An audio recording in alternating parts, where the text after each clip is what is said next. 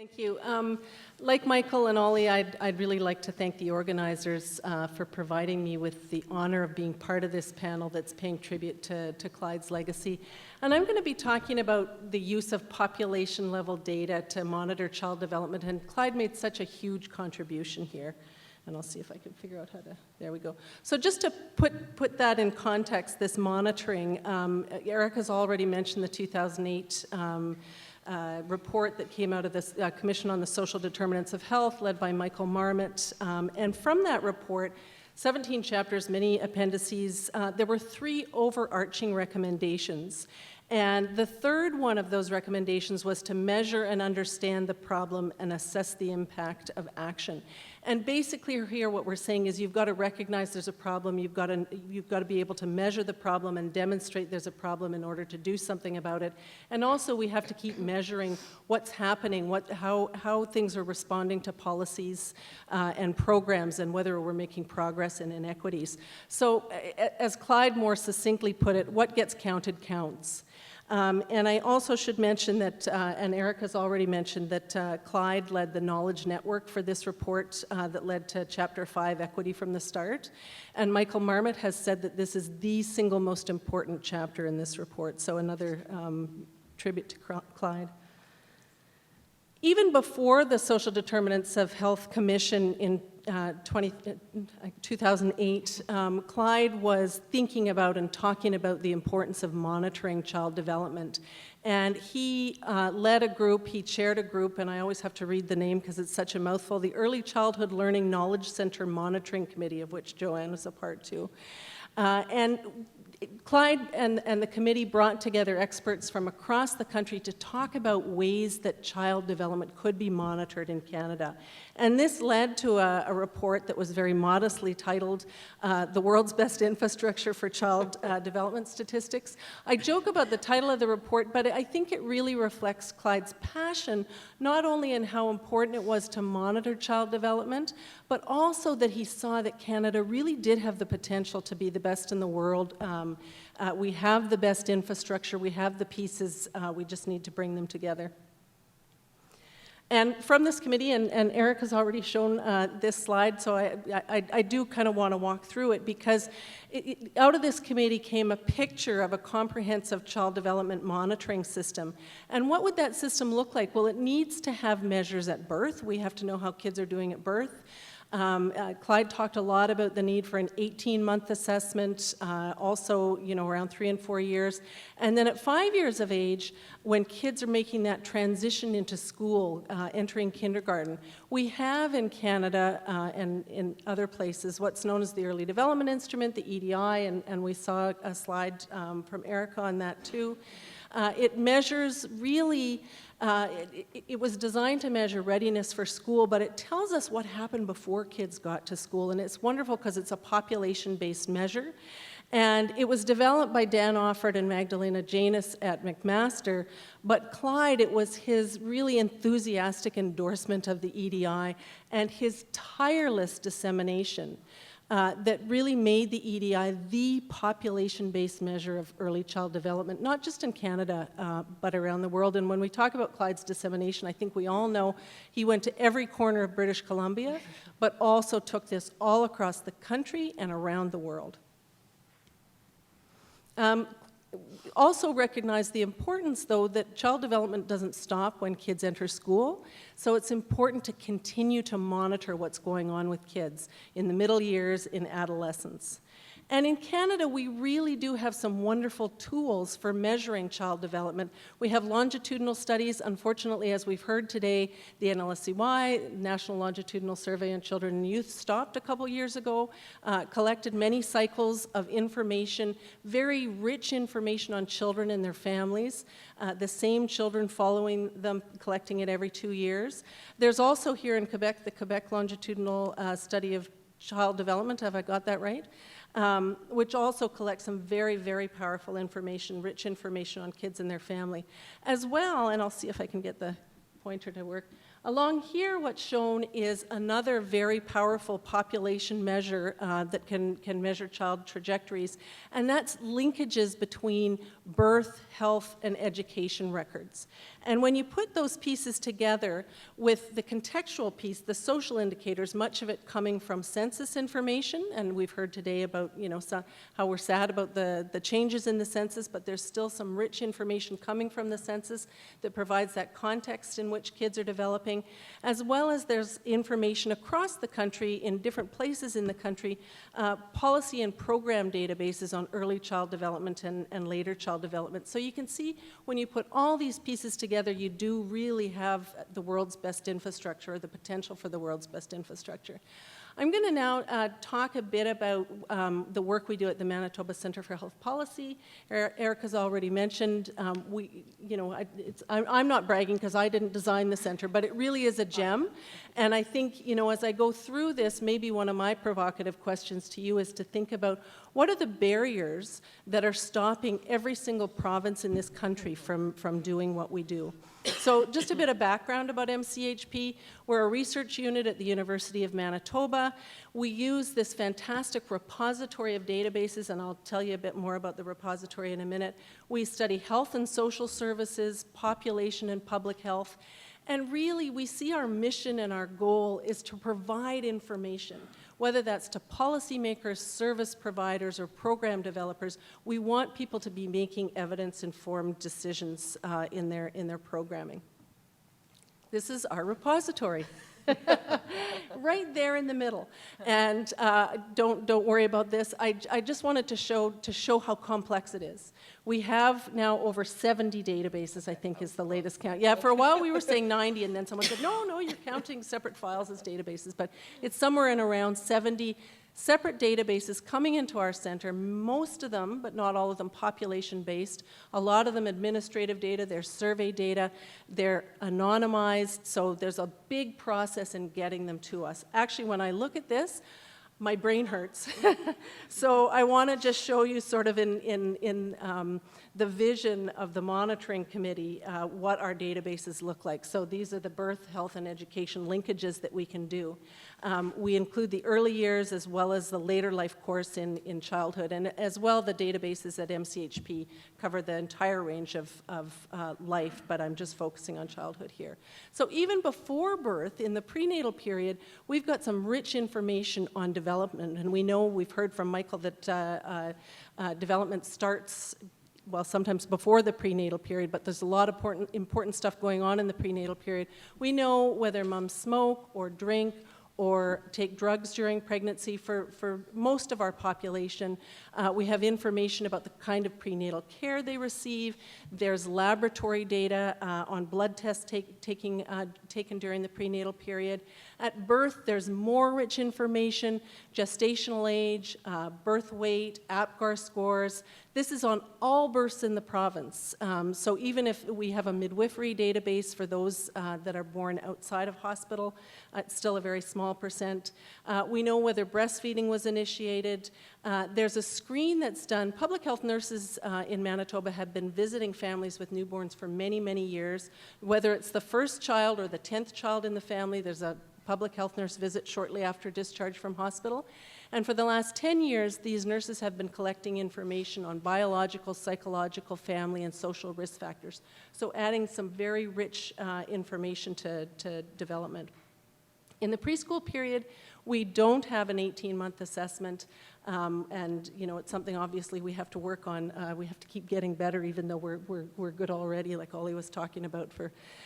But we do have some child care information, and across all of the stages of development, no matter what age child you're looking at, you can put the health information together to build a picture of health status. So we know about all the hospitalizations, physician visits, all the drugs prescribed. We have an immunization monitoring system, so we know whether kids have been immunized and for what. We have a population-based registry, which tells us basically everybody who's registered for healthcare, so it's a census of the population, and it's updated every 6 months. So we can, and it has information about residents. We have it at the postal code level, no lower than that, but we can see whether kids are moving around, and we know that is something that can affect development. We can look at family composition, marital status, number of siblings, birth order, that kind of information. There's social services, whether a family is receiving income assistance, whether kids are involved in child welfare services, like apprehensions, and there's also clinical data sets. And I should also add that we have just recently added provincial justice data to our repository. So a lot of very rich information all through the life course. At school entry, we have that important population measure, the EDI, and that's in no small part to Clyde Hertzman. It's administered in Manitoba. It's province-wide. It's done every 2 years, and this has been going on since 2005, 2006. And Clyde spent a lot of time and energy in Manitoba convincing the powers that be that we needed this instrument, and thankfully they listened to him. Then in the later life course, we've also got rich information coming from the education data. In grade 3 and grade 7 and 8, there are assessments in literacy, numeracy and mathematics, and school engagement. We also know whether kids are getting special funding for special needs and whether they've progressed through the school system as expected.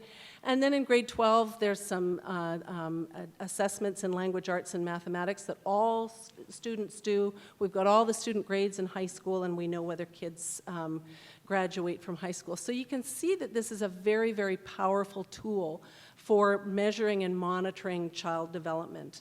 And I just want to provide you with an example. Some of you may have seen this because it's about 10 years old or so, but I think it really provides a great example of how putting these pieces of information together gives you more than just the separate pieces by themselves. And this is work that we did when we first, for many years, we just had health data. And then in 2003, we got some social services and education data. And when we got the education data, we said, you know, what do we do with it? You know, we're used to working with health data. And so we decided, since most of our health work, we looked at socioeconomic gradients, that we would look at the language arts standards test and just see if we saw the same gradients we saw for health. So this shows, it goes from the lowest socioeconomic status, which is families receiving kids and families receiving income assistance, and moves to the highest socioeconomic status. And the green just shows the percent of kids who passed this grade 12 language arts standards test. Excuse me. We saw a gradient, but we were actually quite surprised that it wasn't steeper than what we saw here. You know, you can see that even these kids living in very challenged circumstances, those are kids living in poverty, 3/4 of them were passing this grade 12 language arts test. And then we thought, you know, we're not getting the total picture here. We're just seeing the kids who were in school that day, showed up to write the test. We know there are lots of kids not only who won't show up to write the test, but who don't ever make it to grade 12 to write this test. And this is where we were able to link together our population registry so we could add those kids back in and say, when we add them back in, what kind of picture does it show us? And this is the picture. So here, these kids with the green here, they are the very same kids as here. The only thing that's changed is the denominator. We've added back the whole population who should be writing that test had they progressed through the school system as expected, whereas this graph was just the, this graph was just the kids who showed up to write the test. So driving the differences mostly, the black part are kids who have dropped out of school. 1/4 of the kids in families receiving income assistance had dropped out of school compared to 3% of the kids in the highest SES.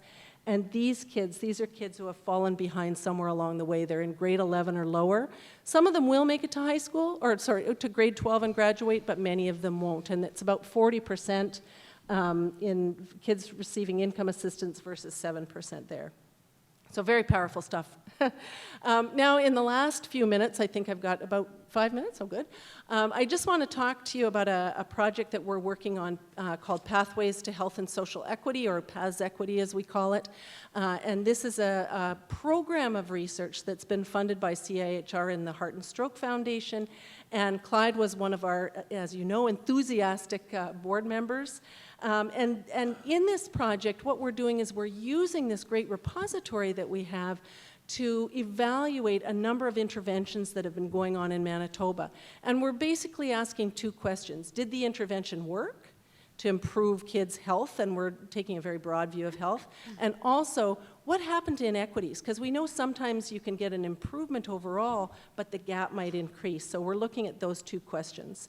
Very busy graph again. I don't expect you to look at this in detail, but I did want to show it just so you can see that the interventions we're studying run across the trajectory of childhood, right from the prenatal period all the way through to adolescence, and cover a number of different categories of research, whether it's government health policy or health services, education services, or social services.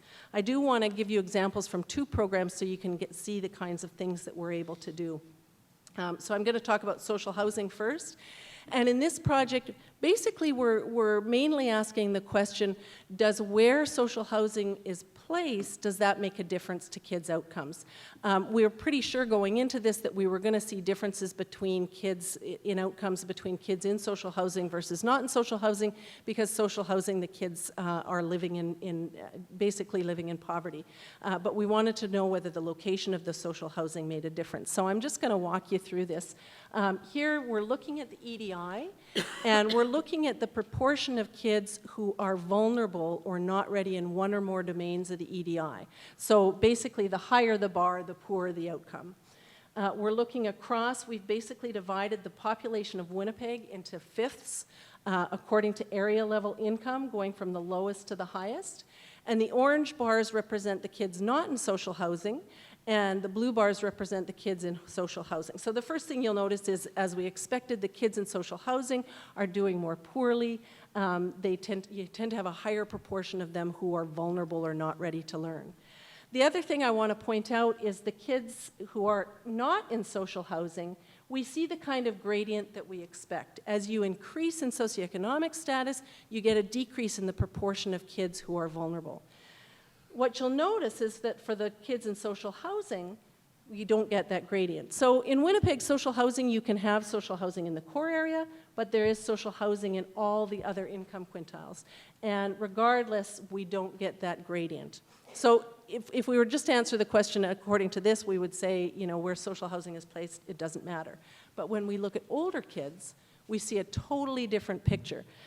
So now here we're looking at the proportion of kids graduating from high school, so taller bars are good.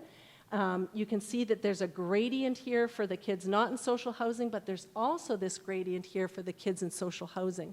In fact, the kids in social housing that's placed in the highest income areas are doing better than the kids not in social housing in the lowest income areas. Now remember, these kids in social housing all have about the same socioeconomic status.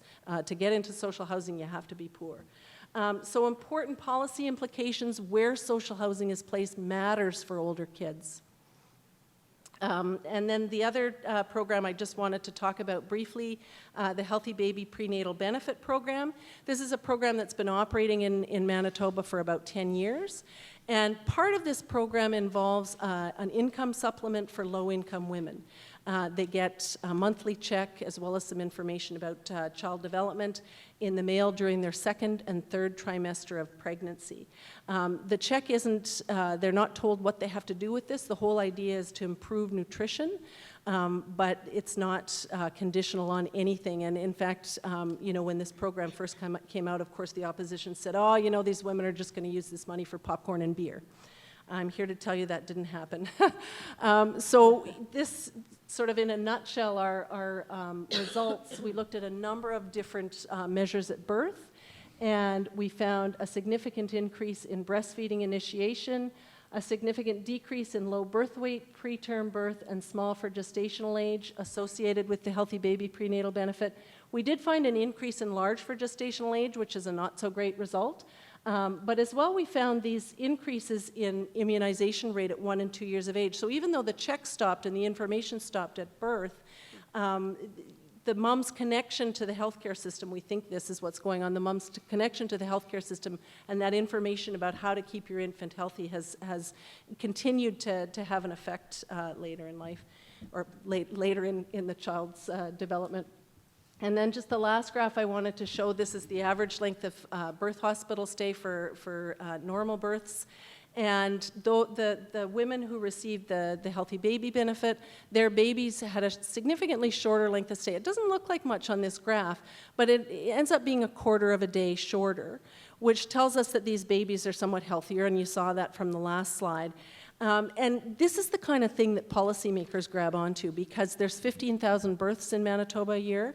If you believe it or not, a third of those women giving birth in Manitoba do get the healthy baby prenatal benefit. So that's actually interesting in itself, that a third of women are low income who are giving birth. But that adds up to more than 1,200 hospital days a year, and that's the kind of thing that gets policymakers' attention. So our conclusion here is that the receipt of the prenatal benefit was associated with mostly positive effects. We saw that increase in large for gestational age. And I will end there, but I would encourage you to go to our website. We've got a lot of fantastic reports there, and we'll be adding more and more information on this PAS equity for children as our results come in. That's great. Thank you very much.